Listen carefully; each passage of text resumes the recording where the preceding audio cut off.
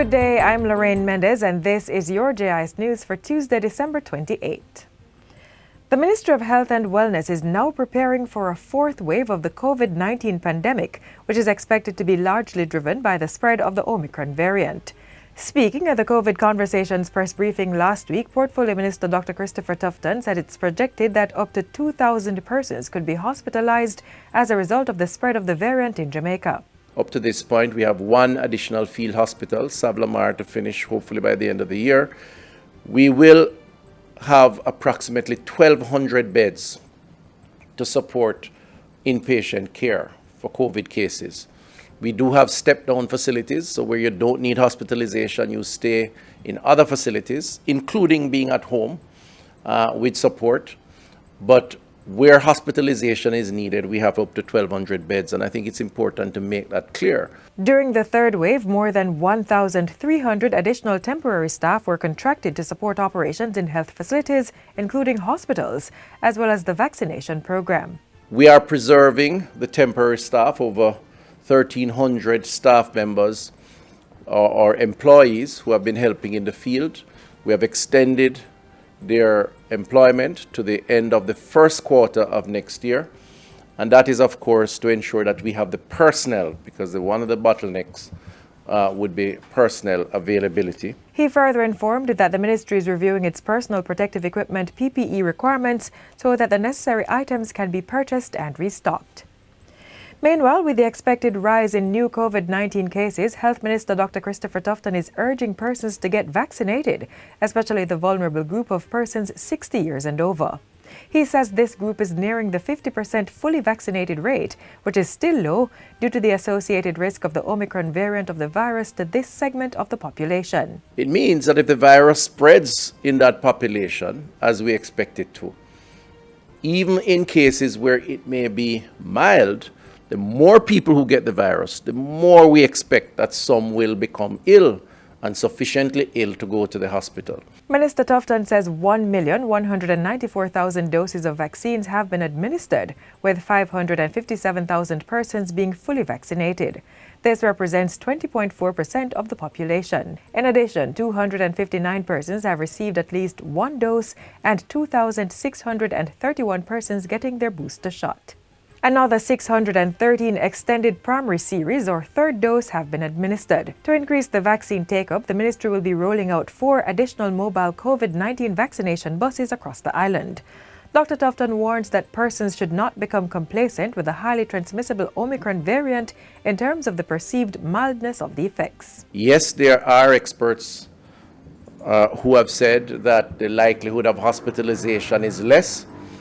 And I know there is some comfort in that, but complacency could be a false sense of security. The latest figures from the Ministry of Health show that the island recorded 84 new COVID-19 cases on December 26, bringing the total number of confirmed positives to 92,789. There have also been 150 additional recoveries, with the total number of recoveries for the island now at 65,182. Jamaica is currently managing 688 active cases, including 30 moderately ill patients and 3 critically ill patients, with a positivity rate of 25.2%. As the festive season continues leading into the new year, heads of government are calling for a collective approach by citizens to the nation's fight against COVID-19, crime and reckless driving. The plea was made during their address to the nation on Christmas Day. I encourage everyone to continue observing the established health protocols as you bring cheer to those who are struggling with grief, sickness, and hunger. I still believe in the goodness of Jamaicans, and I encourage everyone to continue believing in yourselves and your country. As we move into the endemic phase of the pandemic, meaning as we learn to live with the virus, its variants, and the disease itself, the government must rely less on general shielding measures such as curfews and work from home, and more on educating the population to adopt socially responsible and proactive health-seeking behaviors to protect themselves individually and collectively. Let us also be responsible and take the precautions that are now a standard part of our daily way of life as good citizens of our beloved country. Please continue to do what we can to minimize the risks of exposing ourselves and others to the perils of our time, the COVID-19 virus, the dangerous driving on our roads, and the security risks that are sadly a feature of life in our country. The Transport Ministry is reporting that as at December 24, 460 persons have died on the nation's roads for 2021, which is up by more than 9% when compared with the same period last year. Of that figure, for this month alone, the nation has experienced 29 fatal crashes with 30 fatalities, with the highest recorded numbers being among motorcyclists and private motor vehicle drivers. Transport Minister Robert Montague, while speaking recently at a test driving simulator handover at the St. Mary High School, said government is continuing to implement measures to curtail the increasing number of road fatalities over the years. A lot more attention needs to be placed on those who operate private motor vehicles and bikes.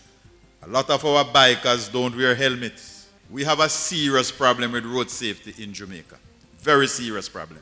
The ministry is going to be placing additional attention on those persons who are operating motorbikes and private motor cars. Men continue to account for the highest number of road fatalities, with 407 having lost their lives since the start of the year and 53 females. And finally, the Jamaica Constabulary Force JCF is reminding the public that pyrotechnics, also known as fireworks and firecrackers, are illegal in Jamaica. Head of the Public Safety and Traffic Enforcement Branch, PSTEB, Assistant Commissioner of Police ACP Gary McKenzie, says firecrackers, more commonly called clappers, though sold during the Christmas period, are illegal. The possession is illegal, the sale of it is illegal, and the use of it is illegal. Right? So no one is to be in possession of clappers or any other device that will cause fireworks or will cause explosions. You know, what we don't realize is that, especially within communities, we have babies, we have elderly persons, and sometimes these things go off, you know, at infirmaries, at hospitals. ACP McKenzie was speaking at a recent JIS think tank. No permits are being issued for the use of pyrotechnics or fireworks for this holiday season. And that's it for JIS News today. I'm Lorraine Mendez. Thanks for watching.